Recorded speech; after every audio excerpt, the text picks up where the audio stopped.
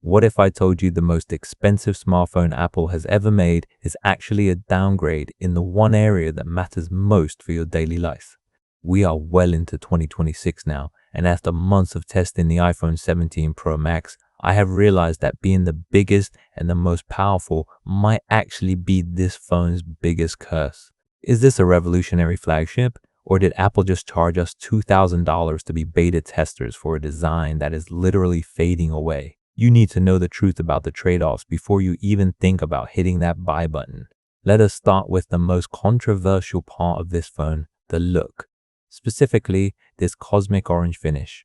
In Apple's commercials, it looks like a deep, vibrant amber. But the second you take it out into the real world, it is a total chameleon, and not in a good way. In your living room, it looks like a washed out, dull copper. If you step into the sun, it suddenly shifts into a rose gold or even a bright pink. It has sparked what everyone is calling Pinkgate, where the orange dye actually fades or oxidizes after just a few weeks of use. But the real problem is the material. Apple ditched the premium titanium we loved on the 16 Pro and went back to an aluminum unibody. They claim it is for heat management, but for you, it means this phone is a total scratch magnet. Aluminum is much softer than titanium.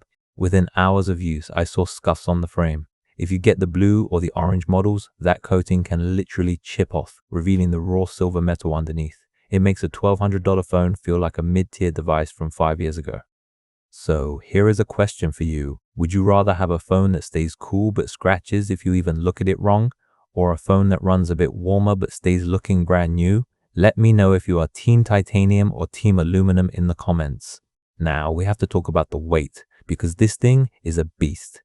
Despite the move to aluminum, it is actually heavier than last year, weighing in at 233 grams.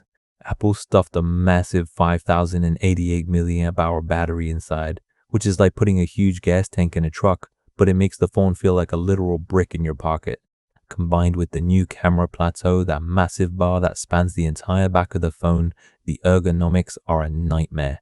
It is top heavy, it is chunky at nearly 9 millimeters thick, and it is almost impossible to use with one hand without getting serious pinky fatigue. And that brings us to the display. On paper, it is a technical masterpiece with a 3000 nit peak brightness.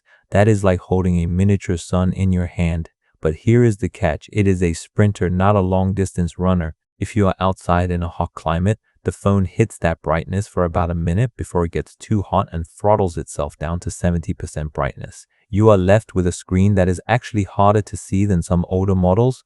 Plus, we are seeing reports of an awful blue-green tint when you look at the screen from an angle. It is a bit of a bummer when you consider the price. I mentioned heat earlier, and that is thanks to the new A19 Pro chip and the first ever vapor chamber cooling system in an iPhone. Think of the vapor chamber like a high-tech radiator for your phone.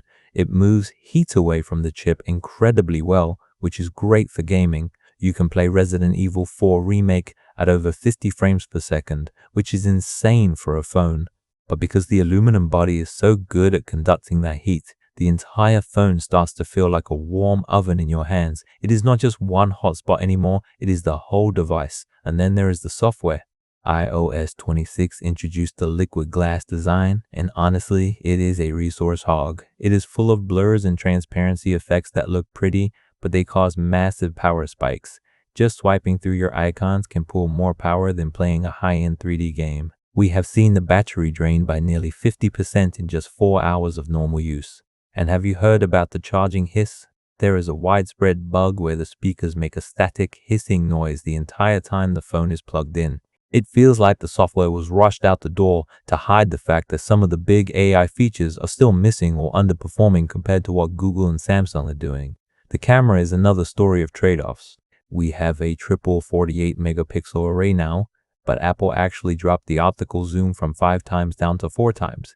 They claim the 8 times zoom is optical quality because of a sensor crop, but let us be real, that is just fancy marketing for digital zoom. Photography purists are noticing a loss in detail and a lot of noise in low light shots.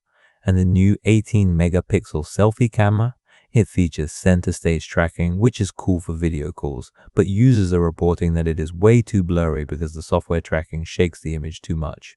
Even the high-end 2 terabyte model feels like a bit of a trap. It costs $2,000, But unless you are a professional filmmaker shooting exclusively in ProRes RAW, you are never going to use that space. Moving that much data off the phone is such a bottleneck that you would probably be better off with a smaller storage size and a good cloud plan.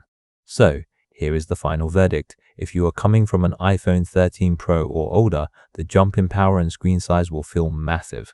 But if you have a 16 Pro Max, this feels like an incremental and in some ways a regressive update. You are paying a premium for a softer material that scratches easily and software that still feels like a beta. For me, the move back to aluminum and the issues with the cosmic orange finish are a huge deal breaker. What is the one thing that would make you skip an upgrade? Is it a bad color, a heavy design, or just a price tag that has finally gone too far? Tell me your thoughts below, and if you found this deep dive helpful, hit that like button. I will see you in the next one.